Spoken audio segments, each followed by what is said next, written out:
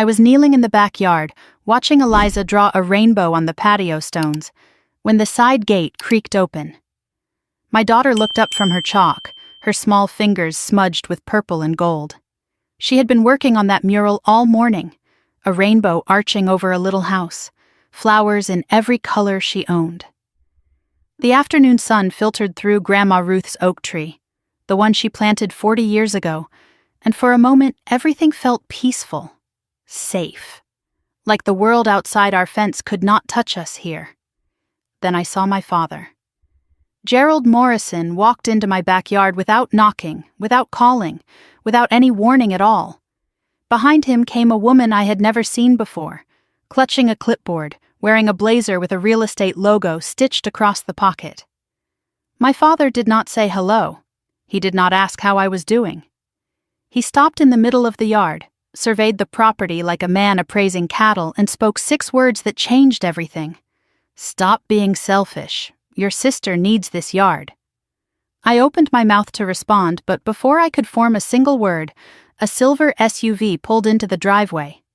Teresa stepped out first, sunglasses perched on her head, smiling like she had already won something. Her husband Kevin followed, hands in his pockets, that smirk he always wore when he knew a secret I did not. And then the twins.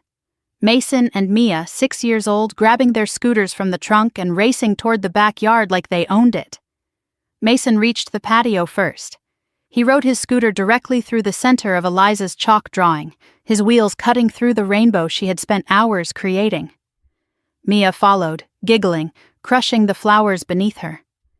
In 3 seconds, my daughter's entire morning was just smeared color on concrete. Eliza did not cry. She did not scream or push back or demand an apology. She simply bent down, gathered her broken chalk pieces, and stepped aside. She made herself smaller. She made room. I watched my 8-year-old daughter shrink herself to accommodate people who did not even see her, and something inside my chest cracked open. The realtor would not meet my eyes.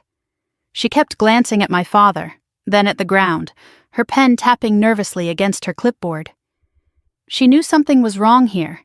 She just did not care enough to say it. Gerald cleared his throat, adopting the tone he always used when delivering commands dressed up as reason. He explained that Teresa and Kevin lived in a cramped apartment. The twins needed space to run, to play, to grow. This house had a big yard, a beautiful yard. It was only logical that the children who needed it should have it.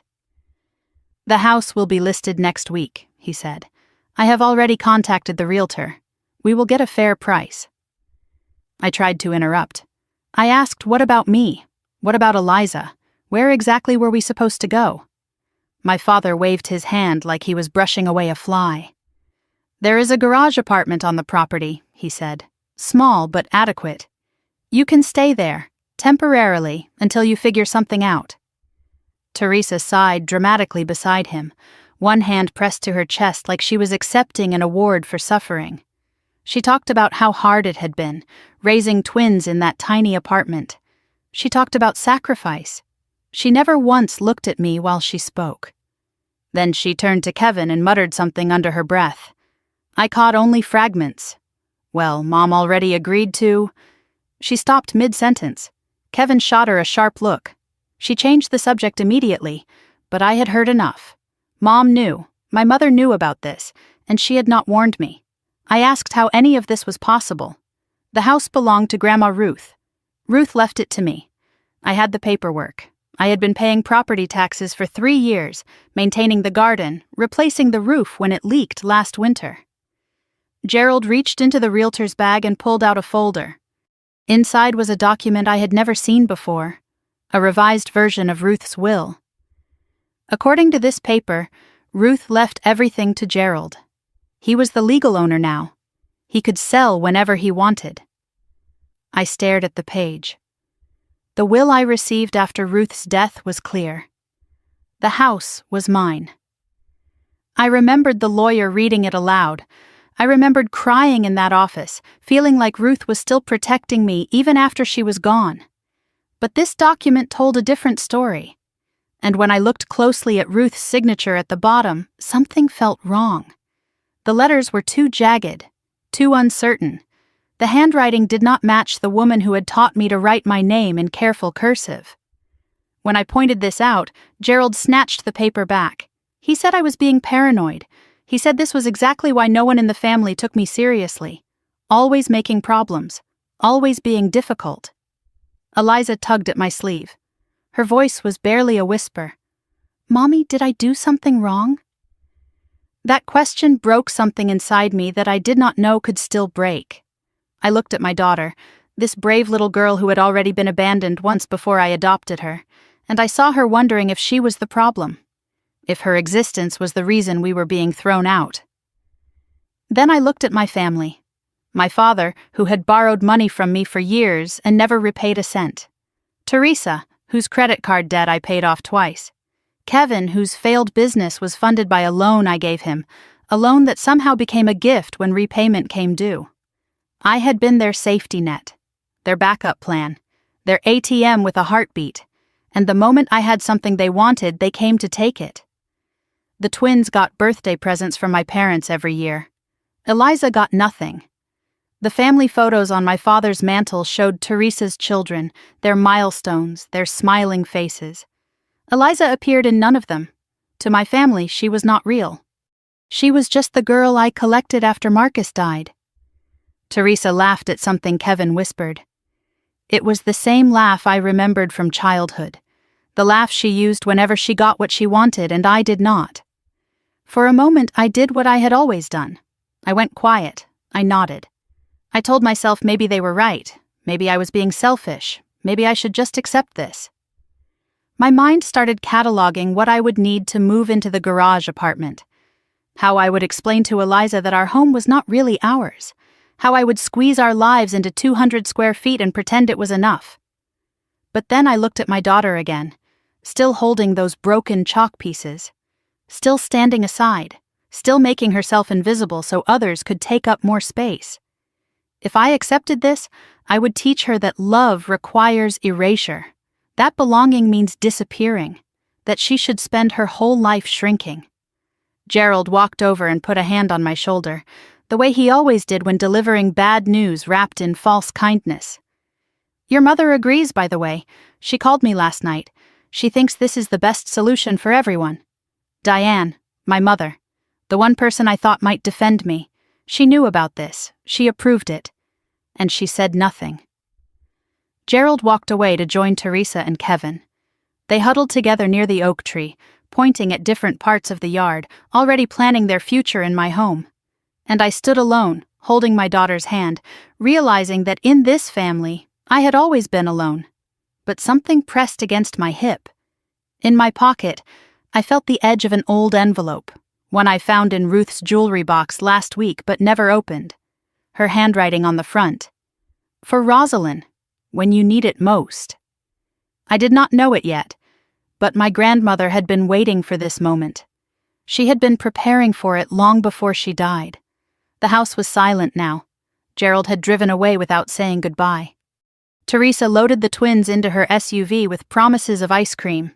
The realtor escaped as quickly as she could, avoiding my eyes until the very last moment.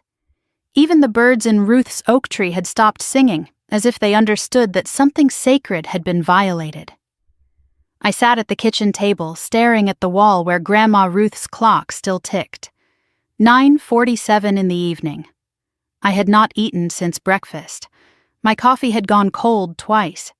I kept replaying my father's words, searching for the moment where I misunderstood, the angle where this made sense. I found nothing. Eliza was finally asleep. It took 3 stories instead of 1. She kept asking questions I could not answer. Why did Grandpa seem angry? Why did the boy break her drawing? Why were those people measuring our yard? I told her everything would be okay. I did not know if that was true. The envelope sat on the table in front of me, the one I found in Ruth's jewelry box last week. Her handwriting stared back at me like a message from another world. "For Rosalind, when you need it most." I had meant to open it a dozen times. Something always interrupted. Something always seemed more urgent. Now nothing was more urgent than understanding what my grandmother wanted me to know. But before I could tear the seal, my mind drifted backward. To the last time I saw my mother. To the conversation that should have warned me. 3 weeks ago, I visited my parents for Sunday dinner.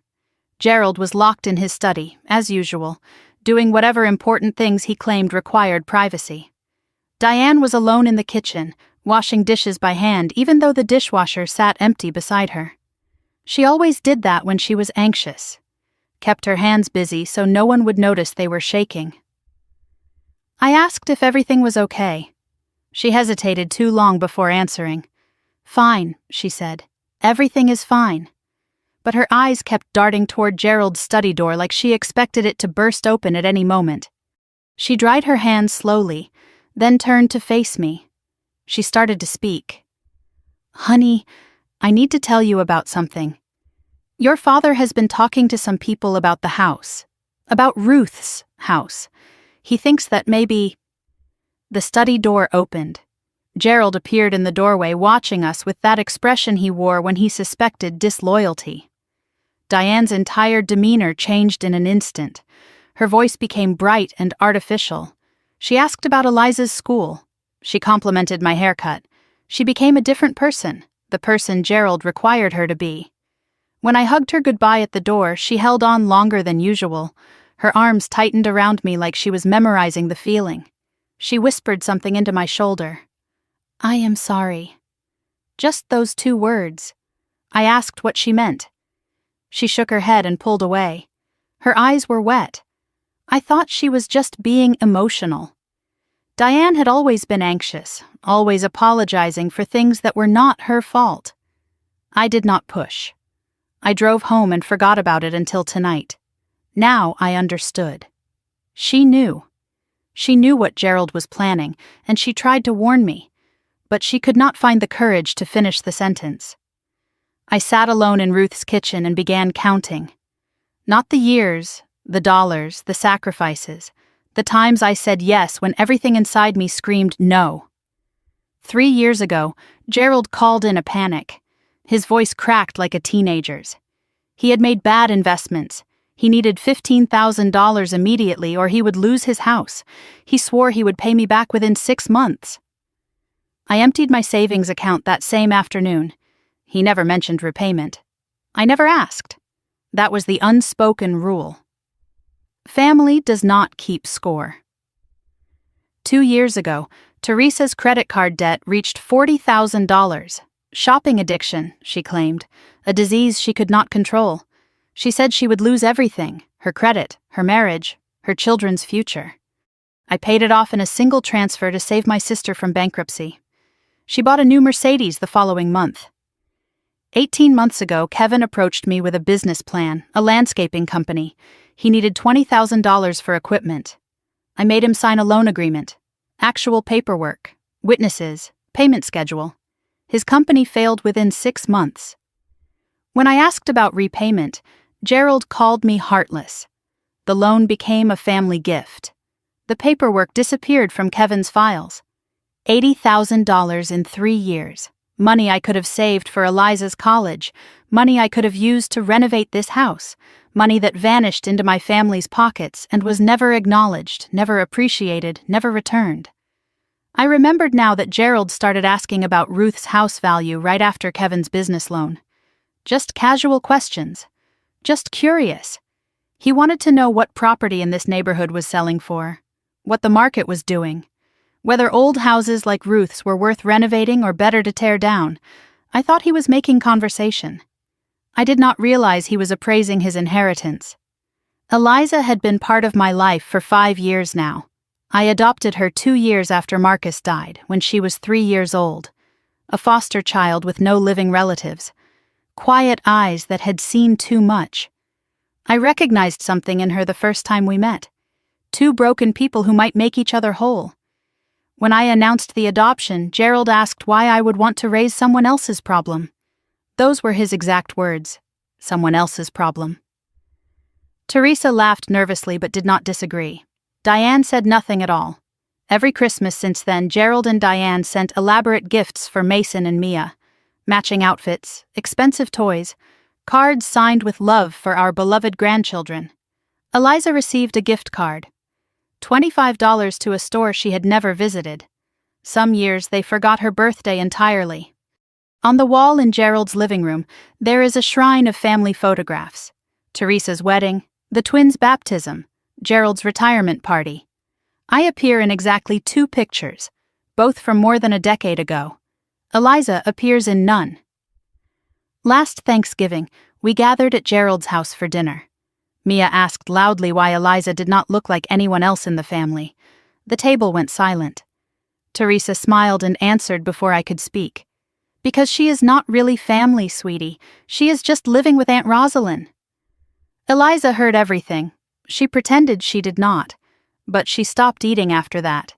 She asked to go home early. She did not speak the entire drive back.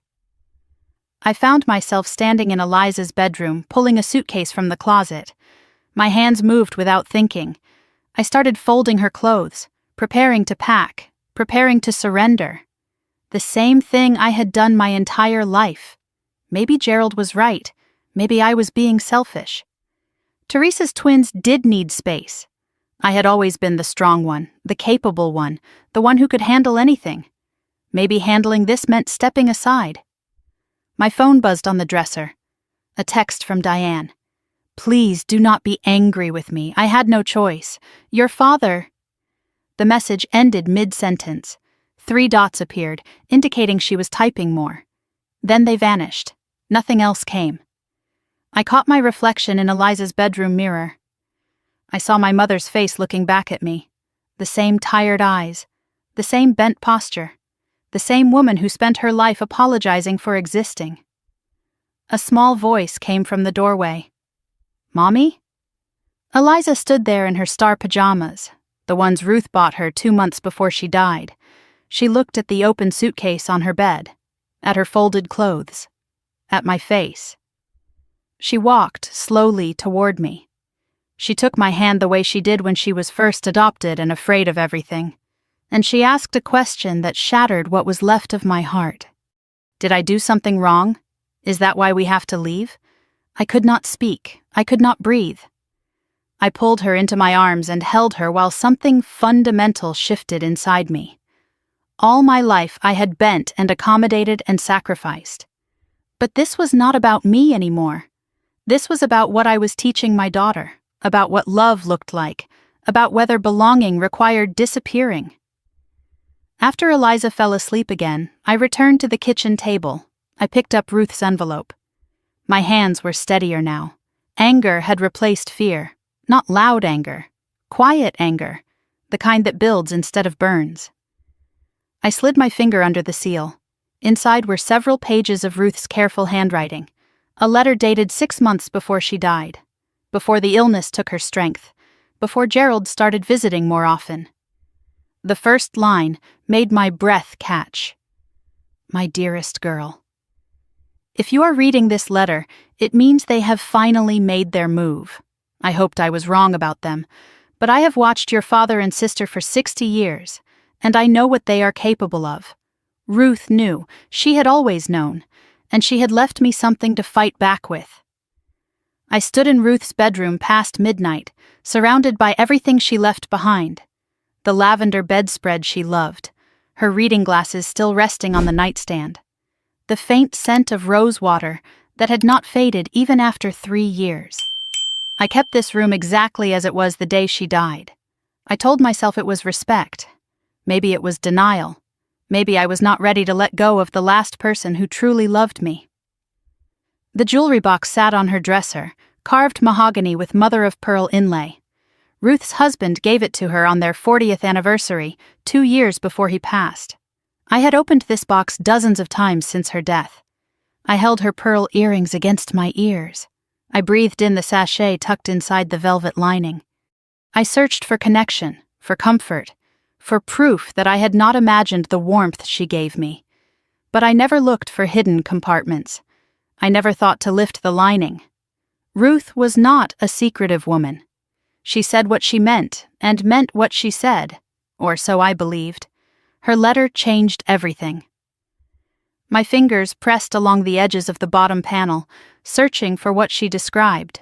A small space, a hidden key, something Gerald was never meant to find. I felt nothing but smooth wood and worn velvet, until my thumb caught a slight ridge near the back corner. I pressed harder. A soft click. The velvet panel lifted to reveal a shallow compartment underneath. And there, resting on a folded piece of paper, was a small brass key, tarnished with age. No label, no explanation, just metal and mystery waiting for me. I carried the key back to the kitchen and spread Ruth's letter across the table. 3 more pages waited beyond the one I had already read. Her handwriting filled every inch, careful and deliberate, the words of a woman who knew she was running out of time. She began by explaining why she changed her will 5 years ago. It happened after Marcus died, after I was alone with a grief I did not know how to carry. Ruth watched how I handled that darkness.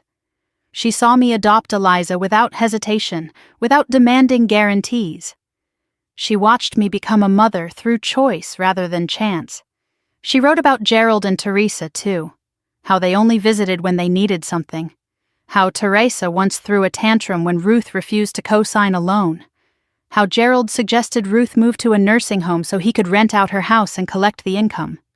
They saw her as a resource, not a person, an inheritance waiting to happen. I knew then, Ruth wrote, that if I left anything to your father, it would disappear within a year. Teresa would spend it on things she does not need. Gerald would lose it to another failed investment. But you, my darling girl, you would make this house a home. You would plant flowers in my garden. You would raise Eliza in these rooms and remember me with love. One paragraph near the bottom of the page was smudged, the ink blurred by what looked like dried tears. I had to hold the paper up to the light to read it. I am sorry I did not protect you sooner. I watched them treat you like a servant your whole life. I watched them take and take while you gave and gave. And I said nothing. I was afraid of losing my son entirely. I was a coward. Please forgive me. I pressed my hand against my mouth to keep from crying. Ruth had seen everything. She understood what I never let myself admit. And she carried that guilt to her grave. The second page explained the legal situation. Ruth created her original will with a lawyer named Margaret Chen, an old friend from her church group. That will clearly stated that the house and her savings would go to me. Gerald received nothing, not because Ruth did not love him, but because she had already given him more than his share. But 6 months before Ruth died, Gerald began pressuring her to change everything. He brought his own lawyer to the house. He talked about tax advantages. He talked about family unity. He talked in circles until Ruth did not know which way was up. Ruth wrote that she pretended to be more confused than she actually was. She signed the papers Gerald wanted her to sign because fighting him took energy she no longer had. But she also kept her original will safe with Margaret Chen. She never told Gerald about Margaret. She never mentioned the second copy. I do not know which will would hold up in court, Ruth admitted. I am not a lawyer. I just wanted to give you a fighting chance. If they come for the house, find Margaret. She has everything you need. Then came a passage that made my blood run cold. Your father visited me 4 times in the last month of my life. Teresa came twice. They brought papers every time. They waited until I was exhausted, until the pain medication made my mind cloudy. They asked me to sign things I did not fully understand. I signed because I wanted them to leave. I signed because I was tired of fighting. I signed because dying takes so much energy, there was nothing left for resistance. Gerald had preyed on a dying woman, his own mother. He had waited until she was too weak to defend herself, and then took everything. The third page explained the key. Years ago, Ruth opened a safety deposit box at First Heritage Bank downtown. She never told anyone about it. Not Gerald, not Diane, not even her husband until just before he died. Inside that box, she stored her original will, notarized and witnessed. She stored documentation of every dollar Gerald and Teresa extracted from her over 3 decades. Bank statements, canceled checks, written IOUs that were never honored. A paper trail of financial exploitation stretching back longer than I had been alive. "I kept these records not for revenge," Ruth wrote. "I kept them because I knew someday you might need proof. Proof that you were never the selfish one. Proof that you gave everything while they only took." The small brass key opened that safety deposit box. Ruth arranged for me to be listed as co-owner, though I never knew. Margaret Chen had the access documentation. Then Ruth mentioned one more thing. A final gift I did not see coming. I also left something for Eliza. A letter written just for her. And a small inheritance separate from the house. I wanted her to know that she was my granddaughter in every way that matters. Blood is just an accident. Love is a choice. And I chose her the moment I saw how you loved her. I set the letter down because I could not see through my tears. Ruth had thought of everything. Ruth had protected us both. And she had done it all while dying, while Gerald circled her like a vulture waiting for the last breath. The fourth page described the years Ruth spent watching Gerald become someone she did not recognize. She traced it back to his childhood, to patterns she should have broken but did not. She blamed herself for his cruelty. She blamed herself for Teresa's greed. She blamed herself for creating a family that fed on its weakest members. Near the end, Ruth mentioned catching Gerald in her office late one night.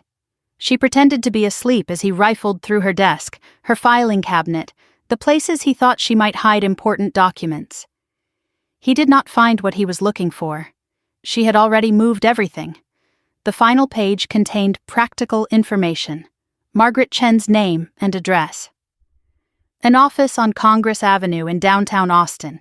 A phone number. Office hours. Beneath the contact details, Ruth added a warning in underlined text. "Do not tell anyone in the family about Margaret. Not your mother. Not anyone. They cannot know." I read that line 3 times. Not your mother. Ruth specifically excluded Diane, which meant Ruth knew my mother could not be trusted. Diane would tell Gerald. Diane would compromise everything. I thought about my mother's incomplete text message, the apology without explanation, the silence that followed. Diane was not innocent. She might not be the architect of this betrayal, but she was complicit. She had chosen Gerald over me, just like she always did. The kitchen clock read 2:14 in the morning.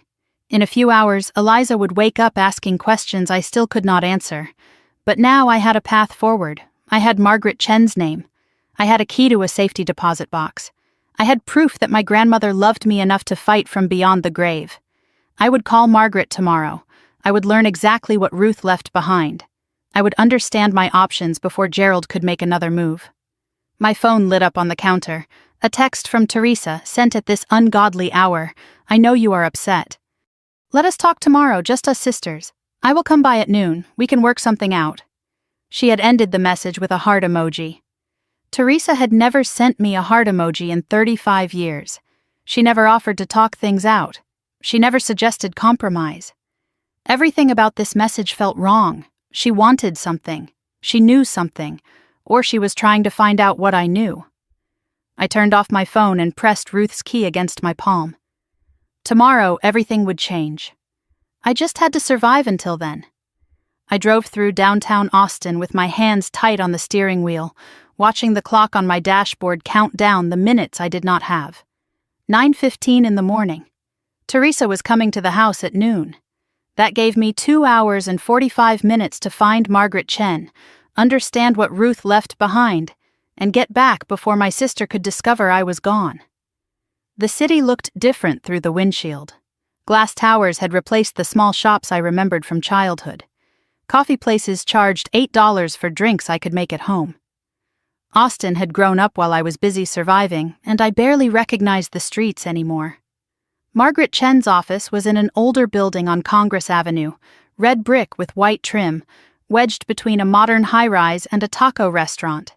It was the kind of building that refused to sell, refused to change, refused to disappear no matter how much money developers offered. I liked it immediately. It reminded me of Ruth. The brass key pressed against my hip through my pocket. I had not let it out of my sight since finding it in the jewelry box. It felt like carrying a piece of Ruth herself, a talisman against the family that wanted to erase us both. I climbed narrow stairs to the second floor. The hallway smelled like old books and lemon polish. A frosted glass door read, "Margaret Chen, attorney at law," in gold lettering that had faded but not peeled. I knocked twice and waited. The woman who opened the door was in her late 60s, silver hair pulled back in a neat bun, reading glasses perched on her nose. She wore a burgundy cardigan over a crisp white blouse. She looked like someone's grandmother. She also looked like someone who had won a lot of fights. She studied my face for a long moment, then nodded slowly. "You look just like her," she said. "Ruth talked about you constantly. Please come in." Her office was lined with bookshelves, every wall covered in legal volumes and framed photographs. I spotted Ruth in one picture, younger than I ever knew her, laughing at some long-ago church picnic. Margaret and Ruth stood arm in arm like sisters who had chosen each other. Margaret explained that she and Ruth were friends for over 40 years. They met at First Methodist when their children were young. Ruth was the maid of honor at Margaret's second wedding. Margaret was the first person Ruth called after her stroke. "I visited her every week at the end," Margaret said, her voice catching. "She told me things she could not tell anyone else. She was afraid, Rosalind. Not of dying. She was ready for that. She was afraid of what would happen to you after she was gone." Margaret retrieved a thick folder from her filing cabinet and spread its contents across her desk. The tab read, "Ruth Morrison Estate." Inside, documents were organized with colored tabs and sticky notes, each one a piece of a puzzle Ruth assembled over years. She slid a paper toward me. "This is your grandmother's original will," she said, "dated 5 years ago." Ruth's signature was strong and clear at the bottom. The witnesses were legible. The notary's stamp was crisp. According to this document, the house and all savings went to me. Then Margaret produced another paper. This one was dated 8 months ago, just weeks before Ruth died. The handwriting on the signature line was shaky, almost unreadable. This version left everything to Gerald, with instructions that he distribute assets as he saw fit. Margaret explained the problem. Both wills were technically signed by Ruth. Both had witnesses. Gerald's version was filed with probate court. Margaret's version never made it to the courthouse because Ruth died before they could complete the process. "But I have documentation," Margaret continued. "Medical records show Ruth was on heavy pain medication when the second will was signed. Her home nurse was asked to leave the room when Gerald brought his lawyer. And Ruth gave me a written statement describing the pressure she faced. Then Margaret told me something that made my stomach turn. Ruth said your father brought the new will to her hospital bed. She was barely conscious. He told her if she did not sign, he would make sure you never saw Eliza's adoption finalized. He threatened your daughter to manipulate a dying woman." I gripped the armrest of my chair until my knuckles went white. Gerald had used Eliza as leverage. He had threatened to destroy my family to get what he wanted from his own mother. Margaret leaned back and removed her glasses. She told me the hard truth about challenging Gerald's will in court. It would take 12 to 18 months minimum. Appeals could stretch it to 3 years. Legal fees would run between $30,000 and $50,000. I would need expert witnesses, court costs, depositions where Gerald's lawyer would try to make me look like a greedy troublemaker. And even if I won, Margaret said quietly, the family would be destroyed. Relationships would burn. The victory might feel hollow. She revealed something else. Gerald was not just greedy. He was desperate. Your father took out a second mortgage on his own home 2 years ago. He used the money to cover Teresa's debts and Kevin's failed business. He is underwater by at least $150,000. If he cannot sell Ruth's house quickly, he may lose everything. That explained the urgency, the realtor in my backyard, the timeline that could not wait. Gerald was drowning, and he planned to use my inheritance as a life raft. Margaret asked me to show her the key I found in Ruth's jewelry box. I placed it on her desk, and she picked it up with something like reverence. First Heritage Bank, she confirmed. Downtown branch. Box number 417. You are listed as co-owner. Ruth arranged it years ago, just in case. She described what the box contained. The original will, notarized and witnessed. Financial records documenting every dollar Gerald and Teresa extracted from Ruth over 3 decades. Bank statements, canceled checks, written IOUs that were never honored. Ruth kept meticulous records of every loan that became a gift, every promise that was broken. These records might not hold up in court as standalone evidence, Margaret admitted, but they paint a picture, a pattern. If Gerald claims Ruth left everything to him out of love and gratitude, these documents tell a very different story. Then Margaret mentioned the final item in the box. Ruth left a sealed envelope for Eliza. She wanted your daughter to know she was loved, that she belonged. Ruth called Eliza her true grandchild. She said blood was just an accident, but love was a choice. I sat in silence, trying to process everything. Years of legal battle, tens of thousands of dollars. My family torn apart in public courtrooms, all to recover a house that should have been mine without question. Margaret let the silence stretch.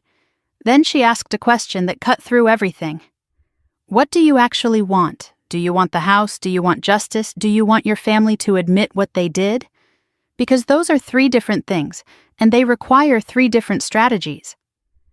I thought about Eliza, about the chalk drawing destroyed under scooter wheels, about my daughter asking if she did something wrong. I did not need Gerald to apologize. I did not need Teresa to admit anything.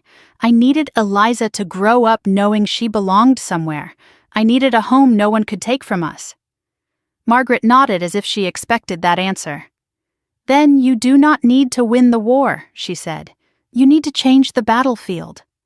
She glanced out her window toward the street below, and her expression shifted. She asked a question that seemed casual but felt deliberate. By the way, do you know the house next door to Ruth's is for sale? The Evelyn Porter property? I shook my head. I knew Evelyn. She was Ruth's neighbor for 30 years. Her husband died last year. But I did not know she was selling, Margaret explained. Evelyn wanted to move closer to her children in Seattle. The house was listed reasonably, priced to sell quickly rather than maximize profit. It was a 3-bedroom craftsman with a garden almost as beautiful as Ruth's. I know Evelyn, Margaret said. We attend the same church. Ruth introduced us years ago. Evelyn adored your grandmother. She despised your father. When Gerald approached her about buying the house, she refused to even let him inside. The idea took shape before Margaret finished speaking. If I bought Evelyn's house, I would have a home that no one could take from me. I could watch Gerald sell Ruth's property to pay his debts. I could be right next door, living well, raising my daughter in peace. Not revenge, just freedom. Margaret leaned forward, her voice dropping. There is a catch. Evelyn has another interested buyer. Someone from California with cash. She is deciding this week. If you want that house, you need to move fast. She placed a business card on the desk. Evelyn Porter. A phone number. Call her tonight, Margaret said. Tell her Ruth sent you. That will mean something. I picked up the card, my mind racing through finances, mortgages, possibilities. This was not retreat. This was repositioning. Before you decide anything, Margaret added, go to the bank. Open that safety deposit box. Ruth wanted you to see everything. I think once you do, your path will become clear. I stood to leave, tucking the card and the key into my purse. At the door, I turned back. Margaret smiled, and for a moment she looked like Ruth. Your grandmother would be proud of you, she said. Whatever you choose. I sat in my car outside First Heritage Bank with the engine still running, watching the clock on my dashboard tick toward disaster. 11:20 in the morning. Teresa would arrive at the house at noon. That gave me 40 minutes to uncover whatever Ruth left behind and figure out what to do with it. Every instinct told me to postpone this. Wait for a day when I had more time. Come back when Teresa was not circling like a vulture. But something deeper told me that waiting was exactly what Gerald wanted. Every hour I delayed was another hour he could scheme, manipulate, prepare his next move. Ruth had waited too long. I would not make the same mistake. The bank was Old Austin, limestone facade and brass fixtures, the kind of place where tellers still knew customers by name. I pushed through the heavy glass doors, clutching my purse with the key inside. The lobby smelled like polished marble and old money. A security guard nodded politely. 2 elderly women chatted near the water fountain. A young man in a suit reviewed paperwork at a desk. Everything felt normal, ordinary. No one knew that I was about to open a box that could change my life. My heart pounded against my ribs. My palms were damp. I reminded myself to breathe. Ruth wanted me to find this. Ruth prepared for this moment. I was not trespassing. I was claiming my inheritance. I approached the customer service desk and explained that I needed to access safety deposit box 417. The clerk was a middle-aged woman with kind eyes and a name tag that read Patricia. She asked for identification, typed something into her computer, frowned slightly, then looked up with surprise. She confirmed that Rosalind Morrison was listed as co-owner of Box 417. The account was established 6 years ago. The primary holder was Ruth Morrison, deceased. "I remember Mrs. Morrison," Patricia said softly. "She came in every few months to add something to her box, always dressed nicely, always asked about my grandchildren." Her voice caught. I was sorry to hear she passed. Patricia led me through a security door and down a hallway lined with framed photographs of Austin's history. We stopped at a vault entrance. She entered a code, and the heavy door swung open with a sound like a sigh. Rows of metal boxes lined every wall, small ones near the ceiling, larger ones at floor level. Patricia guided me to Section 4, Row 17, a medium-sized box at chest height. She inserted her key, waited for me to insert mine, and turned them simultaneously. As she prepared to leave me alone, Patricia hesitated at the door. She looked back with an expression I could not quite read. "Mrs. Morrison asked me to tell you something," she said, "if you ever came. She said to tell you not to cry, tell her to fight." Those were her exact words. Then Patricia was gone, and I was alone with whatever Ruth had hidden. My hands trembled as I slid the metal drawer from the wall. It was heavier than I expected. I carried it to a private viewing table in the corner, fluorescent lights humming overhead. The room smelled like metal and secrets. Inside the box, documents were arranged in neat stacks, each secured with a rubber band. Ruth's handwriting labeled every bundle: Will original, Gerald loans, Teresa debts, Kevin business, and at the bottom a cream-colored envelope with a single word written in Ruth's careful script: Eliza. Ruth had not just collected evidence, she had built a case. Every document was dated, every amount was noted. Every broken promise was recorded. This was not paranoia. This was protection. This was a grandmother who knew her family would come for her granddaughter, and she spent her dying months making sure I would have weapons to fight back. I pressed my hand against the cold table to steady myself. Tucked beneath the first stack, I found a photograph. Ruth and me at my college graduation, both of us smiling, her arm around my shoulders. I turned it over. On the back, in Ruth's handwriting, "My proudest day, my best girl. Never forget what you are worth." I opened the bundle labeled Gerald Loans. Inside were bank statements going back 15 years. Highlighted lines showed transfer after transfer from Ruth's account to Gerald's. $10,000 here, $5,000 there, $20,000 in a single month. A handwritten summary page listed the cumulative total: $87,000 over 15 years. Not one payment was ever returned. Each loan had a corresponding note from Ruth describing Gerald's promise to repay as soon as business picks up. Teresa's bundle was even thicker. Credit card statements listing Ruth as guarantor, a forged signature on a car loan application, evidence of a store account opened in Ruth's name without her knowledge. Ruth documented the moment she discovered Teresa's identity theft. A collection agency had contacted her about a debt she never incurred. Ruth paid it quietly to protect her credit. Teresa never apologized. Teresa never even knew Ruth found out. Among Teresa's documents, I found a printed email that made my stomach drop. Teresa had written to Kevin 2 years ago. Mom's savings should be around $200,000. Once she is gone, we split it 3 ways, but tell Gerald he gets the house. That shuts him up and we get the cash. My sister had been planning Ruth's death like a business transaction, dividing the spoils before the body was cold. Kevin's bundle contained something worse than greed. His landscaping company was never real. There were no employees, no equipment purchases, no actual contracts. Kevin created a fake business, took Ruth's $20,000 investment, and funneled the money directly into his personal account. He filed for bankruptcy within months, which legally absolved him of repaying the business loan. Meanwhile, the money bought a boat. Ruth had hired a private investigator. The documents included a full report, bank records, photographs of the boat, registered under Kevin's mother's name to hide it from creditors. The entire scheme documented in devastating detail. A note from Ruth explained her reasoning. I considered pressing charges, but it would have destroyed Teresa's marriage, and despite everything, she is still my granddaughter. I chose to protect the family. I chose wrong. By the time I understood that, I was too sick to fight.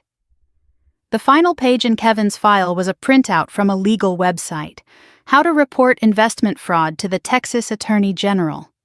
Ruth had bookmarked it but never submitted a report. She saved the instructions, just in case I needed them. I carefully removed the document labeled Will Original. It was identical to the copy Margaret showed me. Ruth's signature was strong and clear. The witness signatures were legible. The notary stamp was crisp. This was the true record of Ruth's wishes. The language was simple. I leave my home at 47 Magnolia Lane, Austin, Texas, to my granddaughter Rosalind Morrison. I leave my savings account to be divided equally between Rosalind Morrison and her daughter, Eliza Morrison. I leave nothing to my son Gerald Morrison or my granddaughter Teresa Morrison, as they have already received more than their share during my lifetime. A separate note accompanied the will.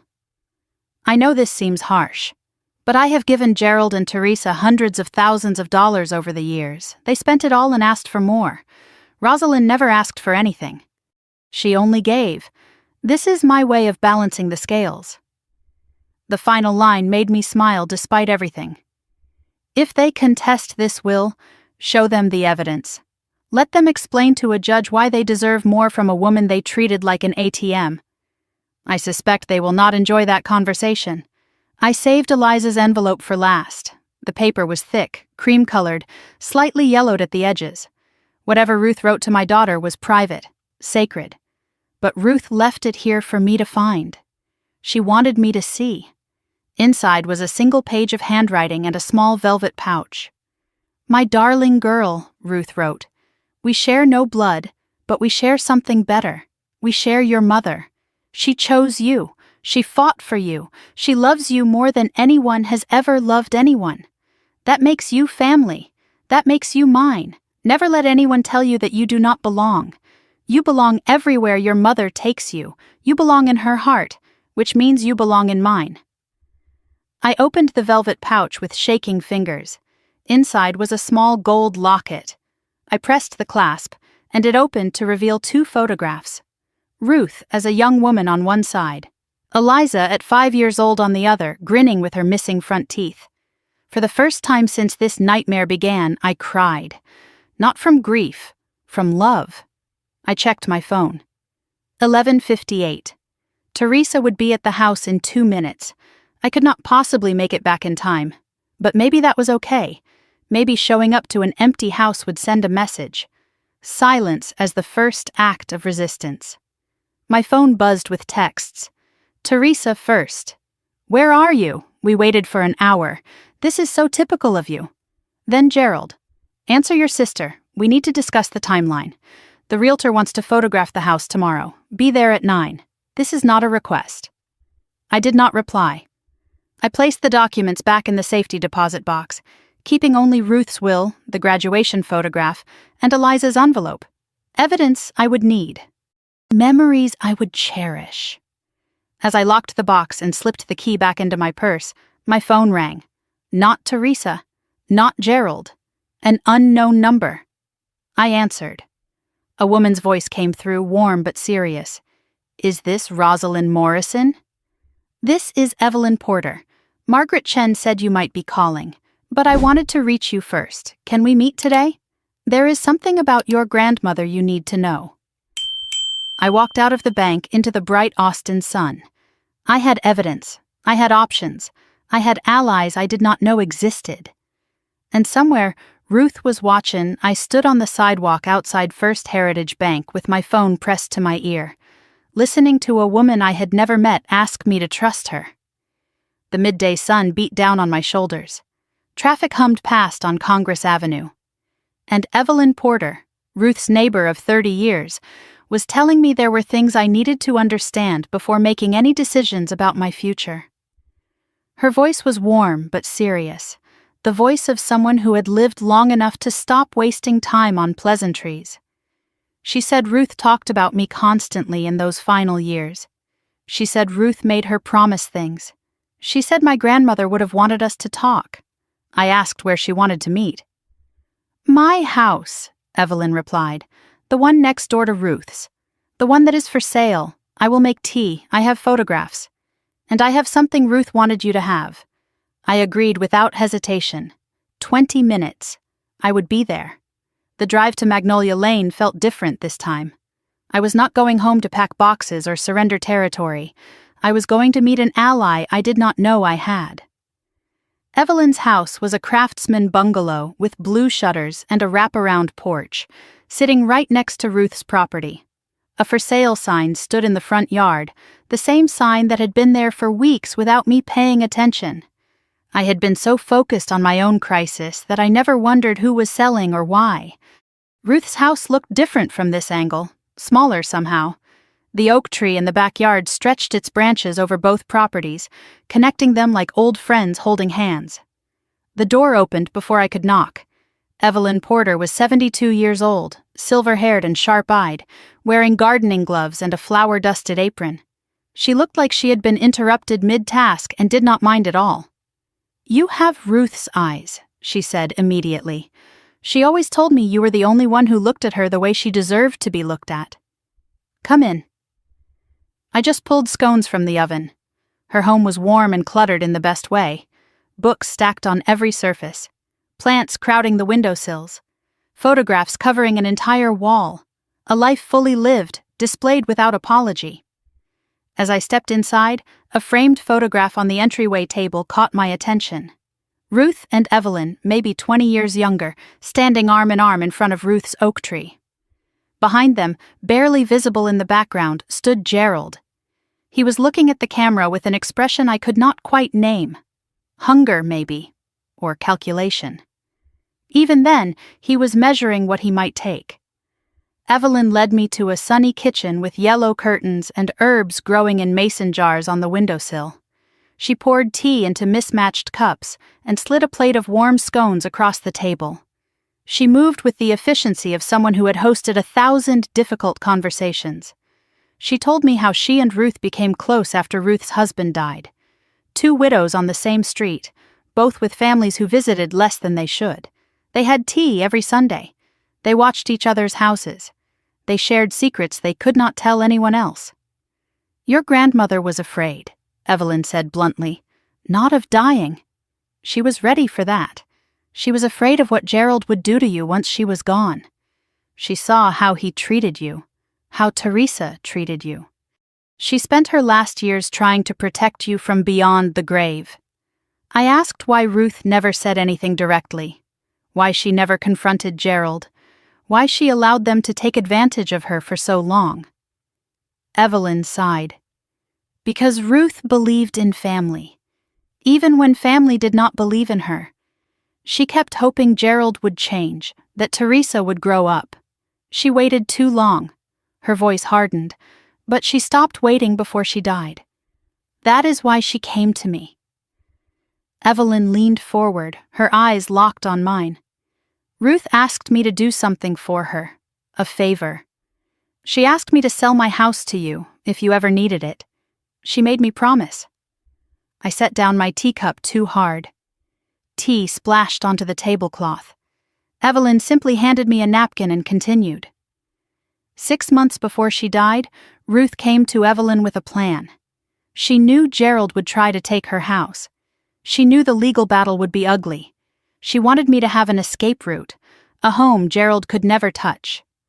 Ruth gave Evelyn $20,000 as a deposit. She asked Evelyn to hold the house off the market until I was ready. If I never needed it, Evelyn would keep the deposit and sell to someone else. But if I came asking, Evelyn would sell to me first, at a fair price. "I have been waiting," Evelyn said. "When Margaret called this morning, I knew. Ruth was right. You need this house, and I need to keep my promise." She quoted the price. It was below market value.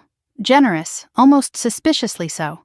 I started to protest, but Evelyn waved me off. "Ruth's deposit covers the difference. She wanted you to have this. She wanted you to have choices." Then Evelyn pulled an envelope from her apron pocket. "Ruth also asked me to give you this. She wrote it the week before she passed. She said you would know when to open it." I took the envelope with careful hands. Ruth's handwriting on the front read, "For Rosalind, when the path becomes clear." I did not open it. Some things deserved ceremony. Deserved the right moment. I would read it tonight, when the house was quiet and Ruth's words could fill the silence. I asked about the California buyer Margaret mentioned, the cash offer that created such urgency. Evelyn laughed, and it was not a kind sound. "There is no California buyer," she admitted. "I invented him." Margaret helped me spread the rumor. We needed to create urgency. We needed you to act before Gerald could interfere. She explained what happened 2 months ago. Gerald showed up at her door unannounced with a real estate agent. He offered to buy her house. He said he wanted to expand Ruth's property. He said he would give her a fair price. Evelyn refused. "I told him I would rather burn this house to the ground than sell it to him," she said calmly. He did not take it well. He called me a bitter old woman. He said I would regret disrespecting the Morrison family. Gerald came back a week later, alone this time. He stood on Evelyn's porch and warned her she was making a mistake, that she did not understand who she was dealing with, that he had friends who could make her life difficult. "Your father is not just greedy," Evelyn said, her eyes meeting mine. "He is desperate. Desperate men do dangerous things. Ruth knew that. That is why she planned so carefully. That is why you need to move quickly." I ran the numbers in my head, my savings, my income, my credit score. A mortgage was possible, tight but possible. I would have to cut expenses, cancel streaming services, cook more meals at home, but I could do it. Evelyn sensed my calculation. She offered terms, a 30-day close, flexible on the exact date. She would leave most of the furniture if I wanted it. She just needed time to ship her personal belongings to Seattle, where her children lived. I thought about what this meant. If I bought Evelyn's house, I had a home Gerald could not touch. I could let him sell Ruth's house and pay off his debts. I could let him think he won. And I would be right next door watching, thriving, building a life on land he tried to steal from me. This was not retreat. This was repositioning. More importantly, Eliza would have stability. A home with a yard. A neighborhood where people like Evelyn watched out for each other. A place that belonged to us, free and clear. Evelyn added something quietly. "Ruth told me about your daughter. She showed me pictures. She said Eliza reminded her of you at that age. Quiet, brave, trying so hard to be invisible so she would not be a burden." Evelyn reached across the table and took my hand. "Buy this house. Let that little girl learn she does not have to disappear." I looked around the kitchen. The yellow curtains, the herb garden, the photographs of a life well lived. This could be my kitchen, my life, my fresh start. I looked at Evelyn and said the words that changed everything. "I want to buy your house." Her smile transformed her face, made her look 20 years younger. "Good," she said. "Ruth would be so proud. Now let us talk about closing dates, and let us discuss how we are going to handle your father." Before we could begin, my phone erupted. Text after text flooding the screen, all from Teresa. "Where are you?" "Dad is furious. We waited for an hour." "This is so typical. You always have to make everything difficult." Then Gerald, "Your sister told me you were not home. We need to discuss the timeline. The realtor wants to photograph the house tomorrow. Be there at 9 in the morning. This is not a request." Then one final message. From Diane, my mother, who had been silent since her incomplete apology. "I know you found Ruth's letter. I know you went to the bank. Please, sweetheart, do not do anything rash. Your father has a plan. Just trust him. Trust us. It will all work out." I read my mother's words 3 times. Diane knew about the bank. Diane knew about Ruth's letter, which meant Gerald knew, which meant they had been watching my movements, tracking me, waiting for me to make a mistake. I turned off my phone. I looked at Evelyn. How fast can we close? Through the kitchen window I could see Ruth's house. My house. The house they wanted to steal. But here, in this warm kitchen, surrounded by the smell of scones and the memory of a grandmother who loved me enough to plan for my survival, I was building something they would never see coming. 3 weeks of pretending nearly broke me. Every morning I moved through Ruth's house with cardboard boxes and packing tape, playing the role of a woman preparing to surrender. I wrapped dishes in newspaper. I folded linens into storage bins. I labeled everything with a black marker in clear, defeated handwriting. Anyone watching would see a daughter who had finally accepted her place. None of it was real. The boxes were mostly empty. The labels meant nothing. I was performing compliance for an audience that checked on me constantly, waiting for any sign of rebellion. Every afternoon while Gerald believed I was packing, I drove to Margaret Chen's office downtown. We reviewed loan documents. We completed title searches. We scheduled home inspections. The machinery of property transfer churned quietly, invisibly, beyond my family's awareness. Margaret handled every detail with the precision of someone who had been waiting years for this moment. Evelyn played her part perfectly. The for sale sign remained in her yard, maintaining the illusion of an open market. She told curious neighbors she was reviewing offers, taking her time, considering her options. No one suspected that the buyer had been chosen months ago by a dead woman who refused to let her granddaughter lose everything. I had never been good at deception. I was raised to be transparent, accommodating, honest to the point of self-destruction. But I was learning. Ruth taught me from beyond the grave that sometimes silence is the sharpest weapon. Sometimes the best revenge is letting your enemies believe they have already won. Gerald came to Ruth's house every 3 days. He walked through the rooms like a landlord inspecting a rental property, checking windows, opening closets, counting the boxes I had packed. He measured my obedience in cardboard and tape. He never asked how I was feeling. He never mentioned Eliza. He talked about the realtor, the listing price, the potential buyers he expected to line up once the photographs were posted. He spoke as if I had already disappeared, as if I was a ghost haunting my own home. He started calling the garage apartment your new place. He mentioned improvements he was considering, a fresh coat of paint, maybe a small refrigerator, as if these gestures made up for stealing my inheritance. I nodded at everything. I agreed with everything. I thanked him for his consideration while each word tasted like ash on my tongue. 3 more weeks. I just needed to survive 3 more weeks. During his latest visit, Gerald paused in Ruth's bedroom doorway. He stared at the dresser where Ruth kept her jewelry box. His eyes narrowed with something that looked like suspicion. "Did you find anything interesting in there?" he asked, too casually. "Any old papers? Documents? Things Mother might have hidden?" I shook my head and kept my face blank. I did not mention the key. I did not mention Margaret. I did not mention the safety deposit box full of evidence that could destroy him. Gerald watched me for a long moment, searching for cracks in my performance. Then he moved on, apparently satisfied. Teresa adopted a new strategy during those 3 weeks. Sweetness. She brought coffee from my favorite shop. She offered to help pack. She reminisced about childhood memories she had carefully edited to remove every cruelty. Remember when we used to play in this backyard? She asked one afternoon, folding a towel she had no intention of keeping. We were so close back then. I do not know what happened to us. I remembered exactly what happened. Teresa happened. But I said nothing. The twins accompanied her on these visits. Mason and Mia ran through the house, claiming rooms like conquering armies. "This will be my bedroom," Mason announced, standing in Eliza's doorway. "Mommy said so." Eliza was at school. She did not hear her cousin claiming her space. I heard everything. Toward the end of one visit, Teresa asked about Ruth's important papers. She framed it as concern. Gerald had mentioned that Ruth might have left financial documents lying around. Teresa wanted to help sort through them.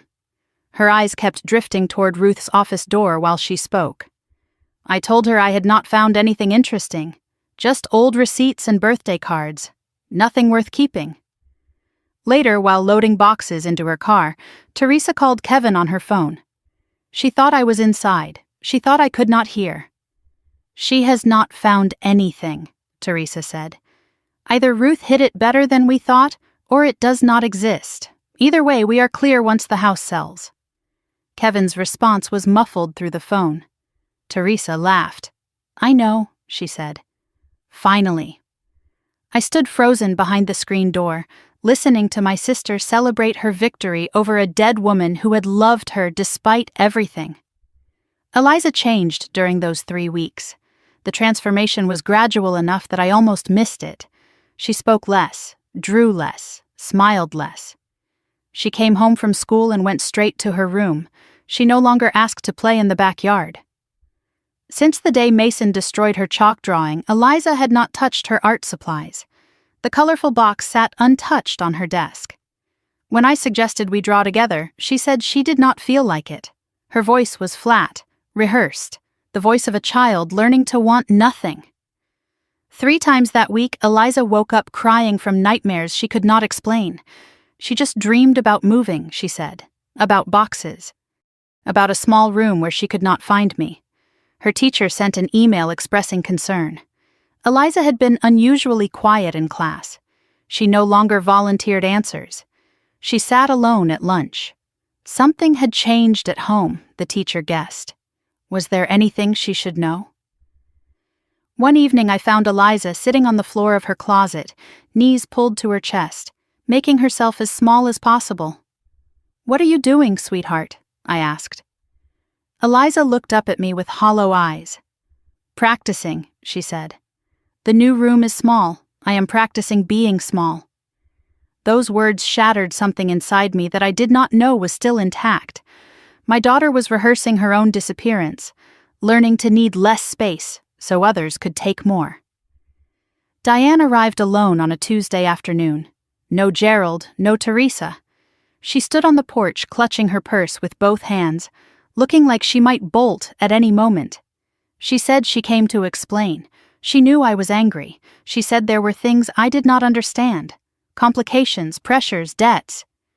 Gerald was in serious trouble, she explained. Selling Ruth's house was the only way out.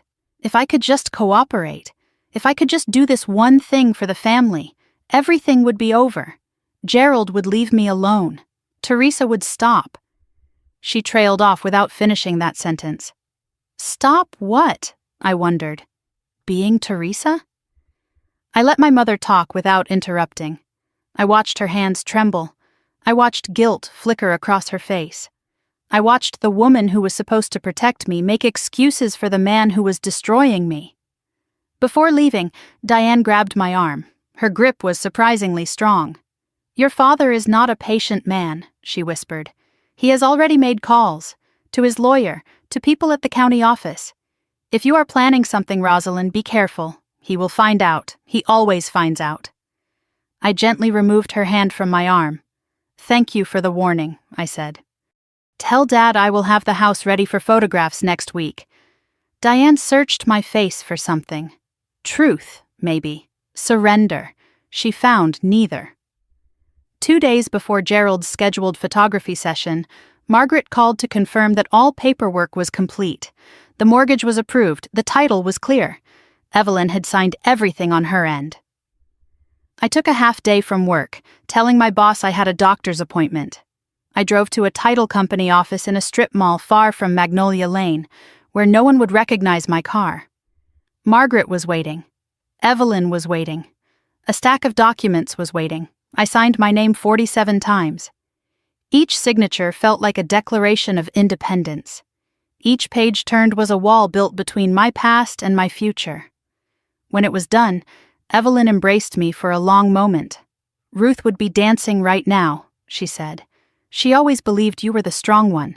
She just wished you knew it too." Evelyn pressed a set of keys into my palm.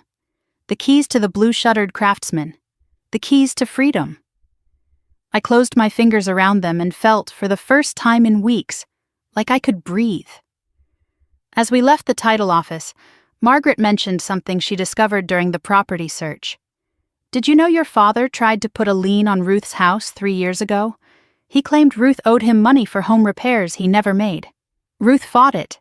She won. But she never told you." Another secret. Another layer of betrayal. Another reminder that I had spent my entire life trusting people who did not deserve it. That night, after Eliza fell asleep, I walked through Ruth's house one final time.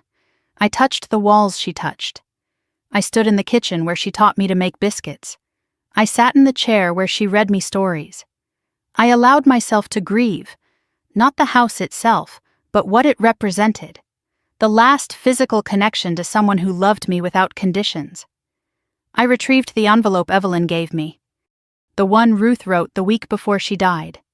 I opened it slowly, treating the paper like scripture.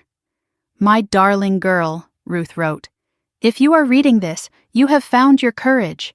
You have chosen yourself. You have chosen Eliza. I am so proud of you. Now go live. Live loudly. Live fully. Live in a way that makes them choke on their regret." Morning came faster than I expected. I woke to sunlight streaming through Ruth's curtains. Today was the day Gerald's photographer was supposed to come. Today was the day the listing was supposed to go live. But when I looked out the window, something had changed. Evelyn's for sale sign was gone. In its place stood a new sign, red letters on white background, one word that would change everything: sold. A car door slammed outside, then another. Through the window, I watched Gerald's sedan park crookedly at the curb. He stepped out and froze, staring at Evelyn's yard. His face cycled through confusion, then disbelief, then something that looked like fear. Teresa appeared beside him, phone in hand, frantically searching for answers. "What the hell?" she said. "Who bought it? The listing was not even active yet." I took a deep breath. I picked up both sets of keys, mine and Evelyn's. I walked toward the front door. It was time to stop hiding. I stepped onto the porch. Gerald looked up. Our eyes met across the lawn. And I smiled. Gerald stood frozen on the sidewalk, staring at the sold sign in Evelyn's yard like it was written in a language he did not understand. Teresa clutched her phone beside him, mouth hanging open, scrolling frantically for answers that did not exist. The photographer they hired waited awkwardly by Gerald's car, sensing he had walked into something volatile and wishing he had stayed home. Morning light warmed my face as I stood on Ruth's front porch, watching my family confront a reality they never imagined. Birds sang in the oak tree overhead, oblivious to the human drama unfolding below. A neighbor walked past with her dog, glanced at the strange tableau and hurried on. Gerald forced a laugh. He shook his head like he was dismissing a bad joke. "Some California investor, probably," he said. "Someone with more money than sense. Nothing to do with us. Nothing to change." He straightened his jacket and composed his face into something resembling authority. "Well," he announced, "looks like someone beat us to the Porter place. No matter, we focus on this house. Let us get the photographer started." I did not move from the porch. I held my keys in plain sight. Both sets, the old ones to Ruth's house, and the new ones to Evelyn's. I waited for him to understand. Teresa was faster than Gerald. She saw the keys in my hand. She saw the calm on my face. She saw the way I was looking at Evelyn's house, not with curiosity, but with ownership. You, she breathed. Her voice rose with each word until she was nearly shrieking. You bought it. You bought the house next door. How? How did you even know it was for sale? Gerald shook his head, refusing to believe. That is ridiculous. Rosalind does not have that kind of money. She cannot even afford to fix her own car. He turned to me with that condescending smile he always wore when dismissing my opinions. Tell your sister to stop making things up. I bought Evelyn's house 3 days ago, I said.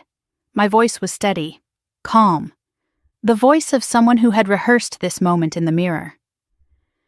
The closing was Tuesday. I move in next week. Gerald's face transformed in stages. Confusion became disbelief. Disbelief became fury. Fury became something darker, something I had never seen directed at me so openly. The mask he wore for 62 years cracked and fell away. The photographer quietly gathered his equipment and retreated to his car. He did not ask for payment. He did not say goodbye. He recognized the look on Gerald's face, the look of a man about to lose control. Gerald walked toward the porch with slow, deliberate steps. His hands were clenched at his sides. A vein pulsed in his temple. He stopped at the bottom of the steps and looked up at me like I was a stranger who had broken into his life. He called me ungrateful, selfish, a traitor to my own blood. He reminded me of everything he claimed to have done for me. The roof over my head, the education he supposedly funded, the opportunities he imagined he had provided. I only wanted what was best for everyone, he insisted. Teresa's twins need space. The family needs stability. You were supposed to be reasonable. You were supposed to understand your place. My place, I repeated. You mean the garage apartment? The 200-square-foot box where you wanted me to raise my daughter while my sister's children played in my yard? It is not your yard, Gerald snapped. His composure shattered. It is my yard. This is my house. Mother left everything to me. You have no claim here. You never did. I tilted my head and looked at my father with new eyes. Funny, I said. That is not what Grandma Ruth's original will says. The one you tried to hide. The one your lawyer helped you replace when she was too sick to fight back. Gerald went silent. The color drained from his face. For the first time in my memory, my father had no words. Teresa stepped forward to fill the vacuum. If Gerald's weapon was intimidation, hers was cruelty. She laughed, high and sharp. She said I had always been jealous, always been difficult, always tried to make myself more important than I deserved. She said Ruth probably felt sorry for me. Pity, she sneered, is not the same as love. Then she went further. She mentioned Eliza. Poor Eliza, Teresa said. Stuck with a mother who cannot even hold on to a husband. Stuck in a family that never wanted her. Let us be honest, that child is not even a real Morrison. She is just some orphan you collected to fill the hole Marcus left behind. The screen door creaked behind me. I turned to find Eliza standing there in her pajamas, hair tangled from sleep. She had heard the yelling. She had come to find me. And she had heard everything. Her face was pale. Her eyes were wide. She looked at Teresa, then at me, then at the ground. I am sorry, Mommy, she whispered. I did not mean to listen. I just got scared. Her voice cracked. Is it true? Am I not real family? Something broke inside me. Not the breaking of defeat, the breaking of chains. I turned to Eliza first. I knelt down and took her hands in mine. I spoke clearly, loudly enough for everyone to hear. You are the most real thing in my life, I said. You are my daughter, Ruth's great-granddaughter. You belong to me and I belong to you.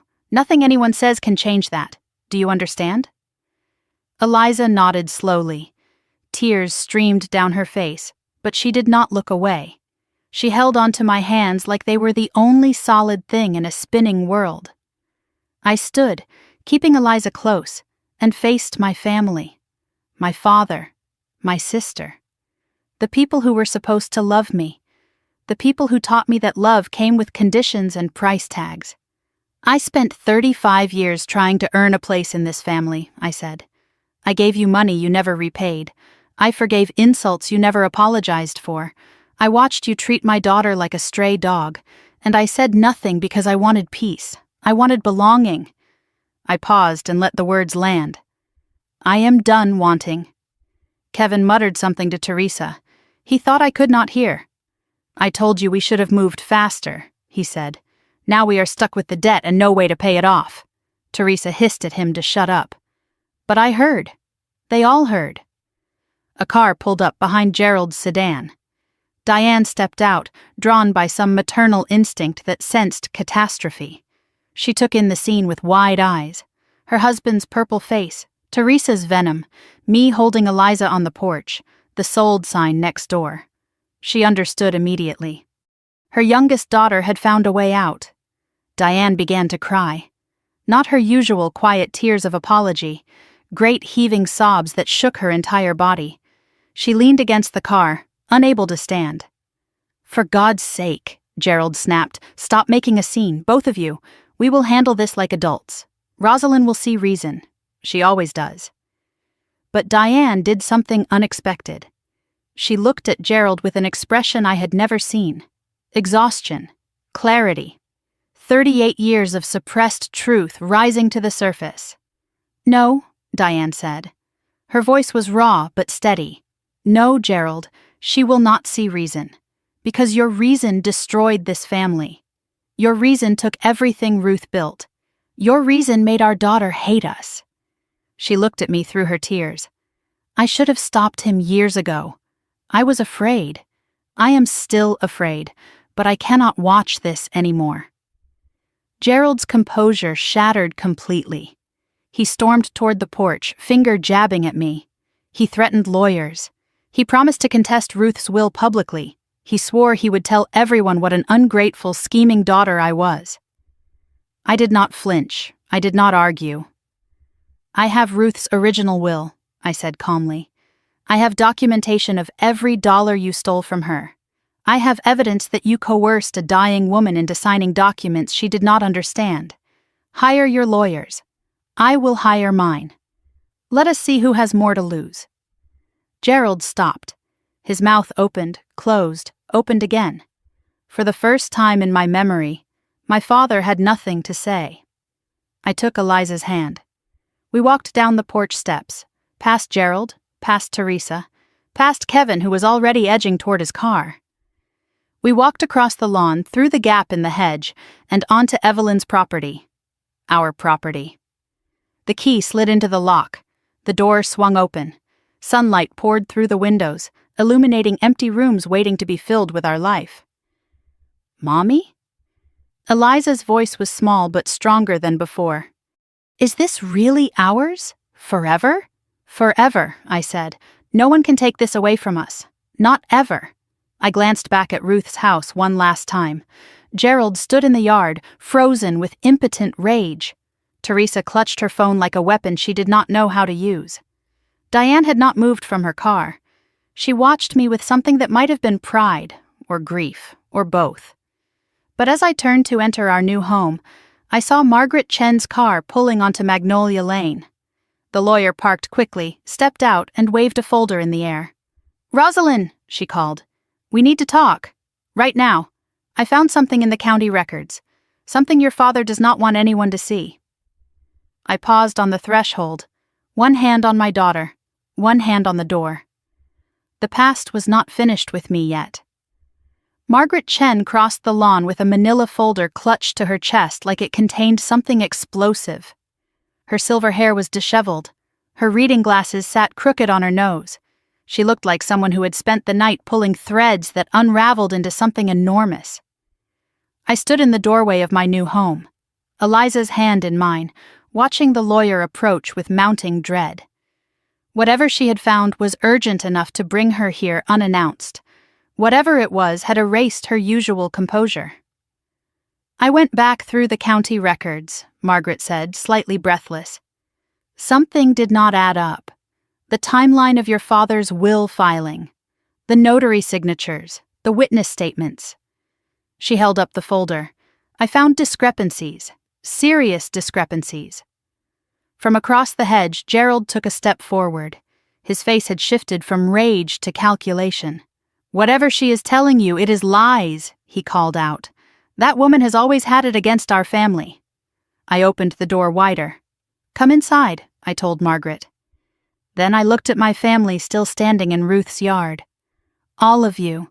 If you want to hear this, you are welcome. I have nothing to hide." They assembled in Evelyn's empty living room like witnesses at a trial they did not want to attend. Rosalind and Eliza stood near the fireplace. Gerald, Teresa, and Kevin clustered by the window, arms crossed, defenses raised. Diane hovered near the door, uncertain which side she belonged to. Margaret stood in the center, spreading documents across the hardwood floor. She produced Gerald's version of Ruth's will first, the one filed with probate court. She pointed to the notary stamp at the bottom. This notary, James Whitfield, had his license suspended 6 months before this document was allegedly signed, Margaret said. He could not have legally notarized anything during that period. Gerald sputtered about clerical errors, bureaucratic mix-ups, how none of this mattered because the will was already accepted by the court. Margaret produced another document, the witness signatures. "I tracked down these witnesses," she said. "2 names no one in your family recognizes. One is your father's former business partner. The other is Kevin's cousin." She paused. "Neither of them remembers signing anything. When I showed them the document, they both said the signatures were not theirs." Teresa turned to her father. "Dad, what is she talking about?" "You said the will was legitimate. You said Grandma wanted this." Gerald's mask slipped. His eyes darted around the room, searching for an exit, an excuse, a way to regain control. He found nothing. He tried to deflect. He said Ruth was confused at the end. He said he was only trying to protect the family. He said I had poisoned Ruth against him. He said everything except the truth. Diane stepped forward. Her voice shook, but she spoke anyway. "Gerald, stop. Just stop." She looked at Margaret. "I was there when he brought those papers to Ruth. She was on morphine. She could barely keep her eyes open.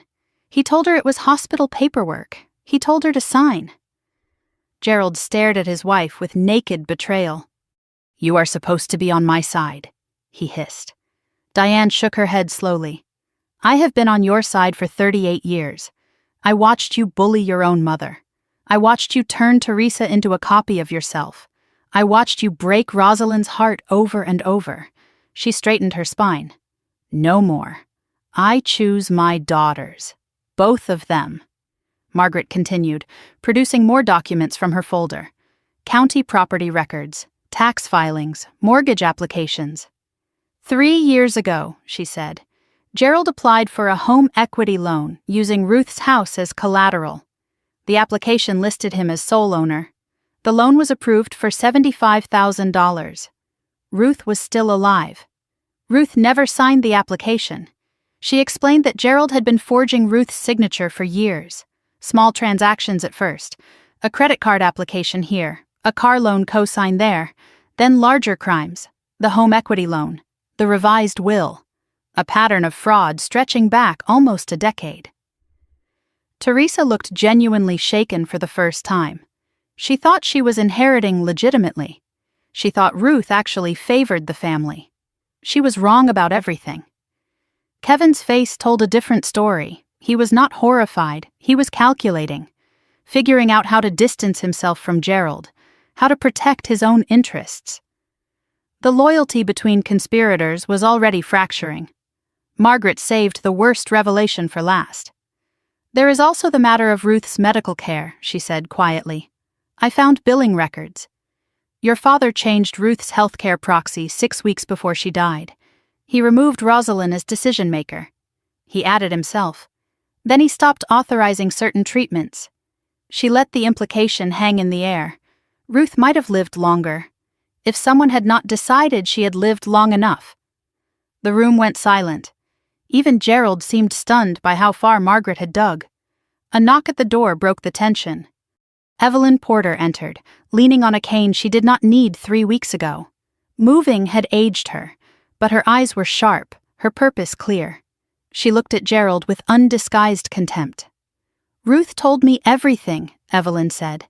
"Every visit you made to beg for money. Every lie you told to get her to sign papers. Every time you made her cry and then blamed her for being emotional." She described Ruth's final weeks, how Ruth knew she was dying, how she tried to fight Gerald's interference but was too weak, how she made Evelyn promise to watch over me, how she dictated letters and instructions because her hands could no longer write. "Ruth's last words to me were about you, Rosalind," Evelyn said, her voice cracking.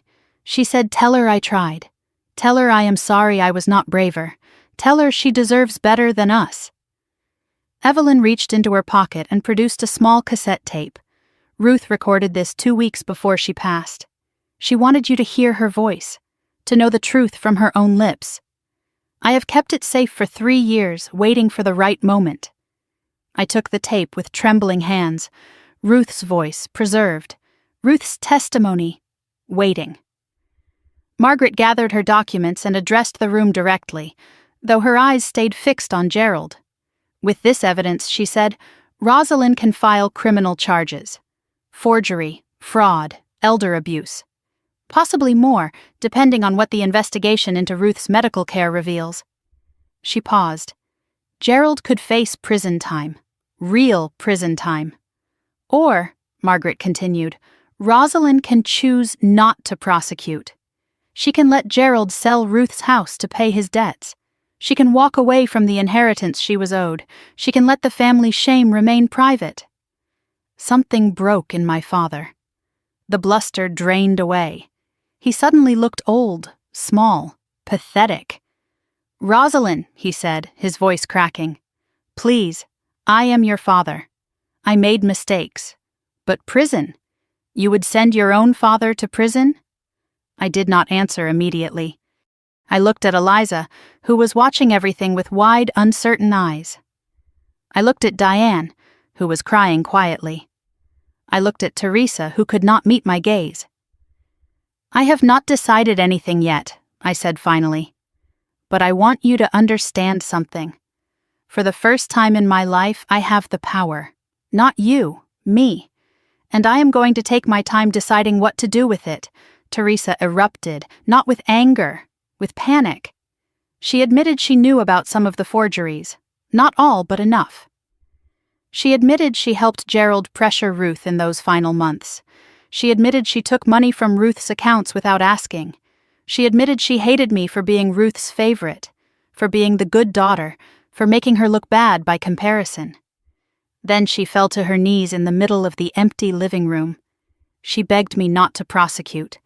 She talked about Mason and Mia, about how the twins needed their mother, about how she would lose everything. I watched my sister grovel and felt nothing, not satisfaction, not pity, just exhaustion and clarity. "You are worried about your children," I said quietly. "That is good. Hold on to that feeling. Remember it, because I spent 3 years worrying about my child while you treated her like garbage. Welcome to motherhood, Teresa. I told everyone to leave. I needed time to think. I needed to listen to Ruth's tape. I needed to decide what kind of person I wanted to be." Gerald left first, shoulders hunched, a broken man. Teresa followed, mascara streaked down her face. Kevin trailed behind, already on his phone, probably calling a lawyer. Diane did not move. She stood by the door, hands clasped, waiting. "Can I stay?" she asked, "not to convince you of anything. Just to be here, with you, with Eliza, if you will let me." Before I could answer, Eliza tugged at my sleeve. "Mommy," she whispered, "let Grandma stay." She looks sad, like she needs a hug. I looked at my mother, at my daughter, at the space between forgiveness and self-protection. I had the power now. The question was how I would use it. I opened the door wider, not all the way, just enough. 2 days passed in silence. I sat in my new living room surrounded by half-unpacked boxes, watching dust motes drift through afternoon sunlight. Eliza was at school. Diane slept in the guest room upstairs, exhausted from crying, exhausted from decades of pretending. The house smelled like fresh paint and possibility, but my mind kept returning to darker places. Ruth's voice still echoed in my memory. I had listened to the cassette tape alone, after Eliza fell asleep, after Diane retreated upstairs. Ruth's words were simple and clear. A grandmother apologizing for the family she raised, a woman explaining why she chose me. A final goodbye that felt like permission to do whatever I needed to do next. I held the power to destroy my father, to send him to prison, to expose Teresa's complicity to the world. Margaret had the evidence. The witnesses were willing. Justice was within reach. But justice and peace are not always the same thing. I stared out the window at Ruth's house, soon to belong to strangers, and wondered what kind of person I wanted to become. My phone rang. Unknown number. I almost ignored it, but something made me answer. Gerald's voice sounded nothing like the man who had threatened me 2 days ago. It was thin, reedy, the voice of someone who had not slept, had not eaten, had not stopped calculating escape routes that did not exist. He asked to meet. Just the two of us. No lawyers, no Teresa. He said he wanted to explain. He said there were things I did not understand about why he became who he was. He said he was my father, and that had to mean something. Every instinct told me to refuse. This was manipulation. This was Gerald trying to regain control. But there was also curiosity. I wanted to understand how my father became this person. I wanted to see him without his mask. I agreed to meet at a coffee shop downtown. Public space, neutral ground. I did not tell Diane or Margaret. This conversation needed to happen between father and daughter, whatever that meant anymore. Before hanging up, Gerald said something strange. His voice dropped to a whisper. I know you found everything in the safe deposit box, but there is one thing Ruth did not know. One thing I never told anyone. Come alone, and I will tell you the truth about why I am the way I am. Gerald sat in a corner booth when I arrived, nursing a cup of coffee he had not touched. He looked 10 years older than he did last week. His shirt was wrinkled, his hands trembled slightly. This was not the patriarch who had ruled our family with intimidation and guilt. This was the wreckage of a man who had finally lost. I sat across from him without ordering anything. I did not speak first. I had learned that silence was a weapon against people who needed to fill it. Gerald began talking about his own father, about growing up with a man who measured love in dollars and respect in fear, about learning that the only way to survive was to take before you were taken from. He described his childhood with clinical detachment, the beatings when he failed to meet expectations, the humiliation in front of relatives, the constant reminder that he was worthless unless he proved otherwise through acquisition and dominance. I swore I would be different, Gerald said. His eyes were fixed on the table. I swore I would never become him. And then I woke up one day and realized I had become something worse. He looked up at me with something that might have been genuine pain. I know it does not justify anything, but I need you to understand. I did not decide to be a monster. I was made. By my father. By circumstance. By fear. Then he added something I did not expect. Your grandmother Ruth knew what my father was. She watched him destroy me for 18 years, and she never intervened, not once. She protected herself. She let me drown. So yes, I took from her. I took what I believed I was owed. I asked about the money, the real numbers, the full extent of the damage he had caused. Gerald laid it out without flinching.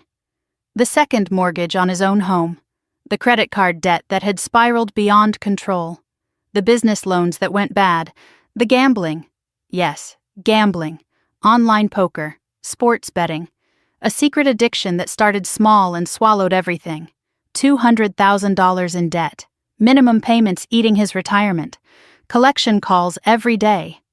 The house sale was supposed to fix everything. Ruth's house and Evelyn's property together would have cleared the debt and left enough for Teresa to start over. He admitted that Teresa knew about the plan to pressure me out. She helped orchestrate the campaign.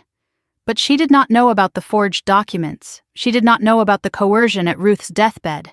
She was greedy, yes, but she was not criminal. That was all Gerald. Kevin knew everything, Gerald continued. Kevin helped research how to forge documents. Kevin found the corrupt notary. Kevin was supposed to get $30,000 for his assistance. He paused. And Kevin recorded some of our conversations. Insurance, he called it. If this goes to trial, he will turn on me in a heartbeat. He has already hired his own lawyer. Your sister does not know yet. Gerald leaned forward, desperation naked on his face. He made me an offer. If I did not press charges, he would sign over Ruth's house to me. The original will restored. The property returned to its rightful owner. He would sell his own home to pay his debts. He would leave Austin. Start over somewhere far away. Disappear. You get everything Ruth wanted you to have, Gerald said. You get justice without the courthouse. You get to raise Eliza without your father's trial in the headlines. You get peace. Part of me wanted to accept, the easy path, the clean ending. But Ruth's voice echoed in my memory. Do not let them make you small. Do not let them teach Eliza that she does not deserve to take up space. I shook my head. I do not want Ruth's house, I said. I have my own house now, one that was given to me by people who actually loved me. Gerald looked confused. If I did not want the house, what did I want? Revenge? His suffering? His destruction? I want you to understand something, I said slowly. For the first time in your life, you have no power over me. Not guilt, not obligation, not even anger. I feel nothing for you, Dad. And that is the worst punishment I can imagine for a man like you. The coffee shop door slammed open. Teresa stormed in with Kevin trailing behind. She had spotted my car outside. She had been driving around the city looking for Gerald, convinced he would try to cut a separate deal. What did you tell her? Teresa demanded. What did you promise? Gerald tried to calm her. Kevin hung back near the entrance, phone in hand, documenting everything. Teresa accused Gerald of throwing her under the bus. Gerald accused Teresa of being ungrateful. Kevin edged toward the door, already planning his exit. In her rage, Teresa let something slip. If you had just let me handle the will like I wanted to, none of this would have happened, she shouted. My guy at the courthouse would have buried the original. But no, you had to use your own people, your own sloppy forgeries. She stopped. Realized what she had said, realized I had heard every word. I stood up. I had heard enough, more than enough. I placed a $20 bill on the table for coffee no one had drunk. I am not going to press charges, I said. All three of them froze. Not because you deserve mercy, I continued. Because I do not want to spend the next 2 years in courtrooms reliving what you did to Ruth. I do not want Eliza reading about her grandfather's trial. I do not want to become someone defined by your crimes. I laid out my conditions. Gerald would sell Ruth's house. He would use the money to pay his debts. He would never contact me or Eliza again. If he tried to sue me, threaten me, or manipulate me in any way, Margaret would file everything with the district attorney. The statute of limitations on fraud was 4 years. I had plenty of time to change my mind. Gerald sagged with relief. Teresa stared in disbelief. Kevin was already heading for the exit. One more thing, I said from the doorway. Mom stays with me. If you try to pressure her to come back, I will consider that a violation of our agreement. I drove back to Magnolia Lane as the sun began to set. My hands were steady on the wheel. My mind was quiet. I had made a choice. Not revenge, not forgiveness. Something in between. Something that felt like me. Diane stood on the porch of my house, clutching something small in her hands. Her face was anxious but hopeful. I found this in my things, she said. She held out a small velvet box. It belonged to Ruth's mother. Your great-grandmother. Ruth gave it to me on my wedding day. She said to give it to the daughter who needed it most. Her voice broke. I think she meant you. I think she always meant you. Inside the box was a ring, simple gold band with a small ruby, and an inscription I could barely read in the fading light. "There is something else," Diane whispered. "Something I should have told you years ago. About Ruth. About why Gerald hated her so much." She took my hand. "Can we talk? Inside?" I looked at my mother, at the ring, at the house that was finally mine. The past kept unfolding, but for the first time, I was ready to meet it. Diane and I sat at the kitchen table with the velvet box open between us. The ruby ring caught the lamplight, casting small red shadows on the wood. Eliza was upstairs reading herself to sleep, and the house had settled into that particular quiet that comes after storms pass. I held the ring up to read the inscription inside the band. "For the daughter who chooses love over legacy." The words felt like a riddle, a message from the past that I could not quite decode. Diane wrapped both hands around her teacup. She took a breath that seemed to draw from somewhere deep and old and painful. "Ruth was not Gerald's biological mother," she said. "She adopted him when he was 4 years old. No one knows. Not Teresa. Not anyone outside this room." I stared at my mother as my entire understanding of my family shifted and cracked and reformed into something unrecognizable. Gerald Morrison, the man who spent his entire life demanding blood loyalty, who dismissed Eliza as not real family, who rejected my daughter for being adopted, was himself adopted. Diane explained that Ruth told her this secret on the night before she married Gerald. It was meant as a warning disguised as a confession. Ruth married young to a man named Henry Morrison. They tried for years to have children. It never happened. Henry blamed Ruth for the failure. He grew bitter, then cruel, then absent. Eventually, he abandoned her entirely, leaving nothing but debt and shame. Ruth adopted Gerald from a county orphanage when she was 32 years old, a quiet adoption handled through her church. Back then, such things were not discussed openly. Gerald's original birth certificate was sealed.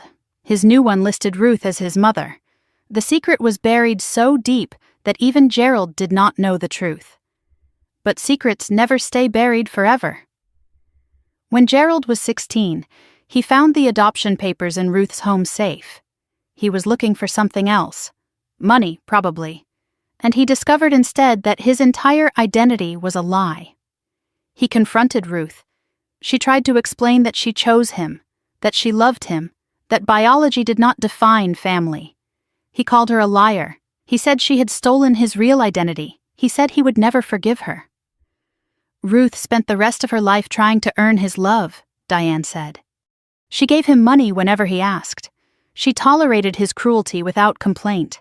She watched him become exactly like the absent father who had abandoned her, and she blamed herself. She thought if she had told him sooner, if she had been a better mother, he might have turned out different. The inscription on the ring suddenly made sense. For the daughter who chooses love over legacy. Ruth had the ring made after Gerald rejected her. She kept it for 50 years, waiting for a Morrison woman who would understand that family is built, not born. "She wanted you to have it," Diane said. "She told me on her deathbed. She said you were the only one who truly understood what family means. She said Eliza proved that love does not need blood." Diane reached across the table and took my hand. "I am sorry I was not brave enough to tell you sooner. I am sorry I let Gerald make me small for so long. I am sorry I chose comfort over my children." Her voice broke. "Can you ever forgive me?" I did not answer right away. Forgiveness was not something I could give in a single moment, but I could offer something else. I squeezed her hand and let her stay. 1 month passed. Spring arrived in Austin with blue bonnets blooming along the highways and the oak tree between our properties bursting into full green leaf. The world kept turning, indifferent to the drama that had consumed my family. Rosalind and Eliza had settled into our new home. Boxes were unpacked, furniture was arranged. The walls displayed photographs of the people who mattered. Ruth and Eliza at the park, Marcus and me on our wedding day, Diane and me as a child before everything went wrong. And a new family portrait taken in the backyard last week, just the three of us. Rosalind, Eliza, and Diane standing in the garden Evelyn left behind. The change in Eliza was remarkable. She laughed again. She drew pictures again. She ran through the yard without looking over her shoulder for permission. She had started calling Diane Grandma without any prompting, and the word sounded natural now, earned through presence rather than demanded through obligation. Diane filed for legal separation 2 weeks after moving in with us. She rented a small apartment 3 blocks away and came for dinner every night. She was learning, slowly and painfully, how to be a person outside of Gerald's shadow. I noticed small changes in my mother. She started wearing colors. After 38 years of beige and gray, she bought a red sweater, a blue scarf, yellow earrings that caught the light when she laughed, small rebellions, quiet declarations that she still existed. The moving truck came for Ruth's house on a Tuesday morning. I watched from my kitchen window as strangers carried furniture through the door I had walked through 1,000 times. A young couple had bought the property, newlyweds from Houston, starting fresh. They smiled when they first saw the oak tree. They talked about children and gardens and growing old together on this street. Gerald sold the house for slightly below asking price. He needed the money fast. His debts were worse than even he had admitted. Teresa and Kevin finalized their divorce 3 weeks ago, the marriage collapsing under the weight of mutual blame and mounting legal fees. Gerald moved to Florida without saying goodbye. A condo near his sister, a woman I had met twice in my entire life. He did not leave a forwarding address.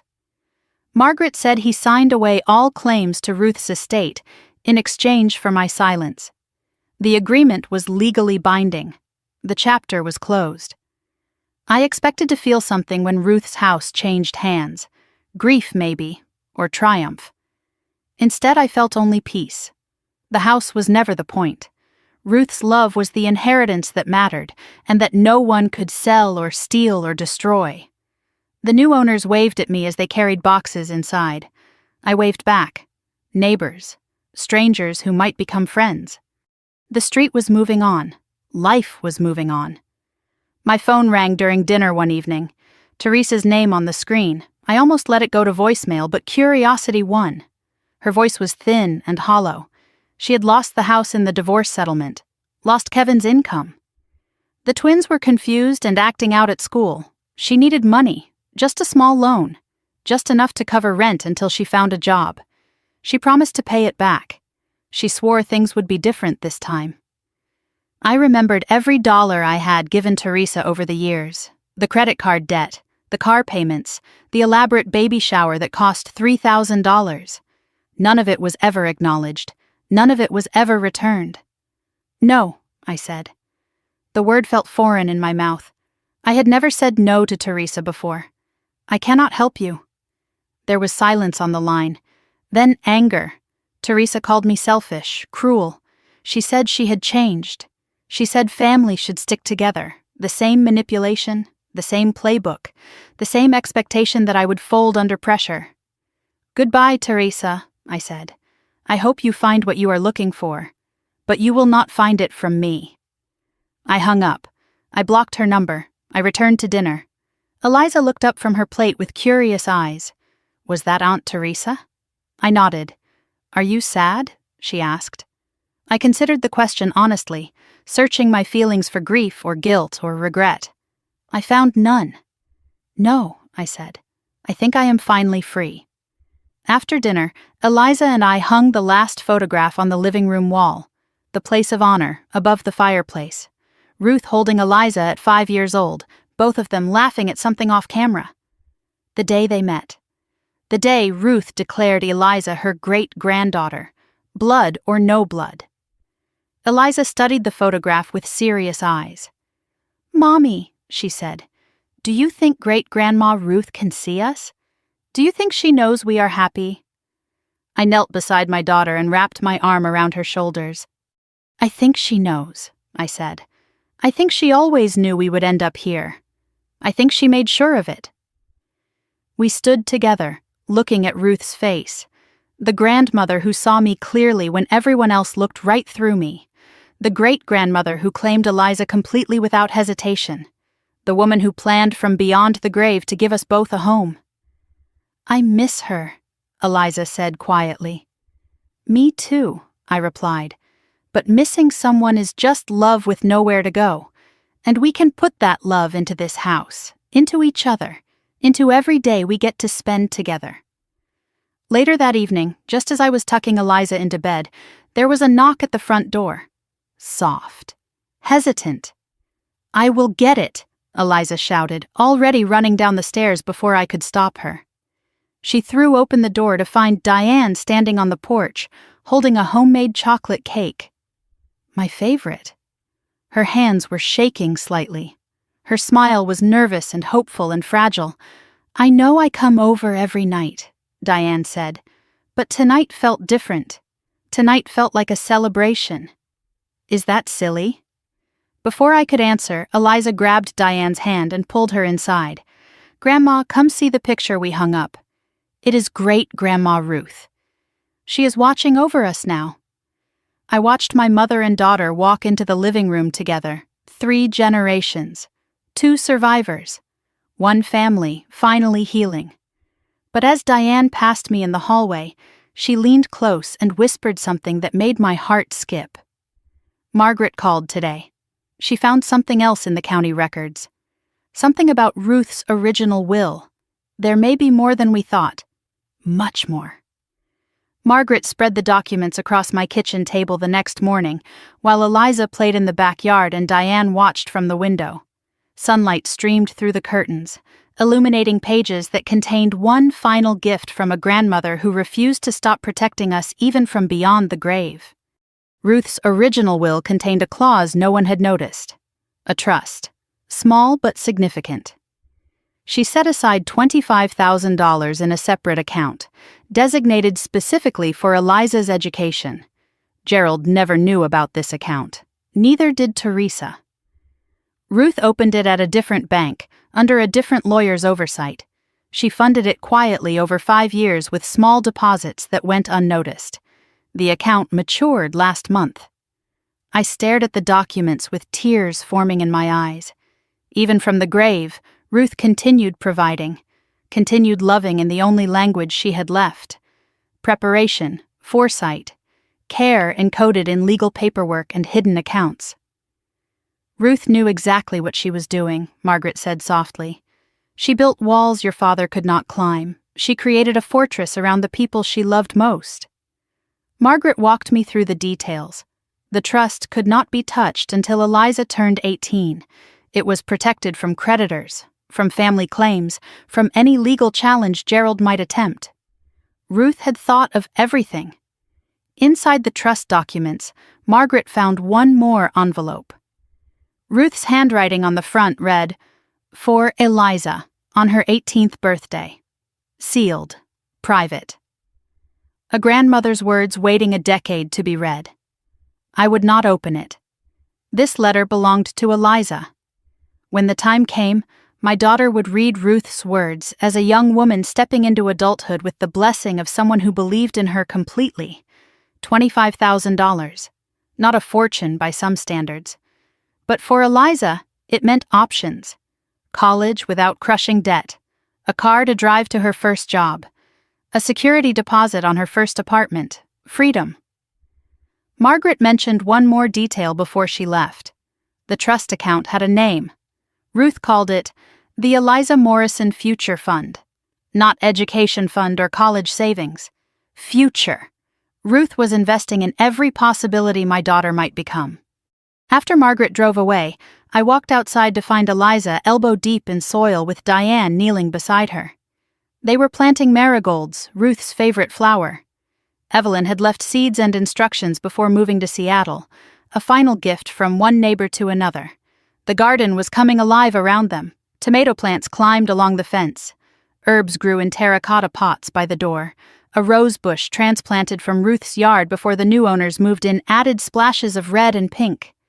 I had asked permission to take it. They understood. I watched my mother work beside my daughter. Diane's hands were dirty, her hair was loose. She was laughing at something Eliza said. A genuine laugh, unguarded and warm. This was not the woman who spent 38 years apologizing for existing. This was someone new, someone emerging. Eliza stood up and brushed dirt from her knees. "I want to draw a picture of our garden," she announced. "For Great-Grandma Ruth, we can hang it next to her photograph." She ran inside without waiting for permission. She did not ask if she was allowed. She simply knew she belonged. The young couple from Ruth's house walked over that afternoon, carrying a bottle of wine and nervous smiles. Jake and Maria, married 8 months, expecting their first child in October. They wanted to introduce themselves properly. We sat on my porch together, 4 adults sharing stories as the afternoon stretched long and golden. Jake worked in software development. Maria taught elementary school. They fell in love with the oak tree before they even stepped inside the house. I told them about Ruth, about the garden she planted over 40 years, about the swing she hung from the oak tree for grandchildren who rarely visited, about how she sat on her porch every evening, watching the street, waving at everyone who passed. Maria's eyes filled with tears. She placed a hand on her belly. "We are going to name her Ruth," she said. "If it is a girl." We did not know who Ruth was when we bought the house, just that her name was on the original deed. But now that you have told us about her, it feels right. It feels like she is supposed to be part of our story, too. I looked at Ruth's house, no longer Ruth's, but carrying her forward anyway. A baby named Ruth would grow up in that yard, would climb that oak tree, would continue a story that my father tried to end. The inheritance no one could steal. That evening, I cooked Ruth's recipe for pot roast, the one written in her handwriting on a stained index card I found in her kitchen drawer years ago. Diane set the table with dishes from Evelyn's collection, floral patterns from another era, beautiful in their gentle imperfection. Eliza presented her drawing with ceremony, the garden rendered in crayon and colored pencil. 3 figures stood in the foreground, me, Eliza, and Diane. A 4th figure watched from a cloud above, smiling with her arms open wide. "That is Great-Grandma Ruth," Eliza explained. "She is not sad, she is proud of us." We hung the drawing on the wall beside Ruth's photograph. Grandmother and great-grandmother side by side. Past and present. Memory and continuation. Diane said grace before dinner. She had not prayed in years, but tonight felt sacred. She thanked God for food and family and second chances. She thanked Ruth for watching over us. Her voice broke on Ruth's name. No one pretended not to notice. After the amen, Eliza reached for my hand on one side and Diane's on the other. "We should do this every night," she said, holding hands, being thankful, being together. And we did. It became our ritual, our anchor, our daily proof that we survived. After dishes were washed and Eliza was tucked into bed, I sat alone on the porch. The street was quiet. Crickets sang in the grass. The oak tree rustled in the evening breeze, its branches stretching over both yards like arms embracing everything below. I thought about the past few months, the ambush in the backyard, the letter hidden in a jewelry box, the key that unlocked everything, the confrontation that shattered my family and freed me simultaneously. I thought about what I lost, a father who never loved me the way I needed, a sister who saw me as competition instead of kin, a version of myself that believed belonging required shrinking, that love had to be purchased through endless sacrifice. I thought about what I gained, a home that was truly mine, a mother rediscovering herself, a daughter learning she deserved to take up space, and Ruth, always Ruth, a grandmother who loved me enough to fight from beyond the grave. Revenge was never the point. I did not need Gerald punished. I did not need Teresa humiliated. I needed to stop making myself small. I needed to claim my own life. Everything else was just noise. I used to think strength meant enduring, I whispered to the darkness. Now I know strength means choosing yourself, even when it terrifies you, even when everyone says you are wrong.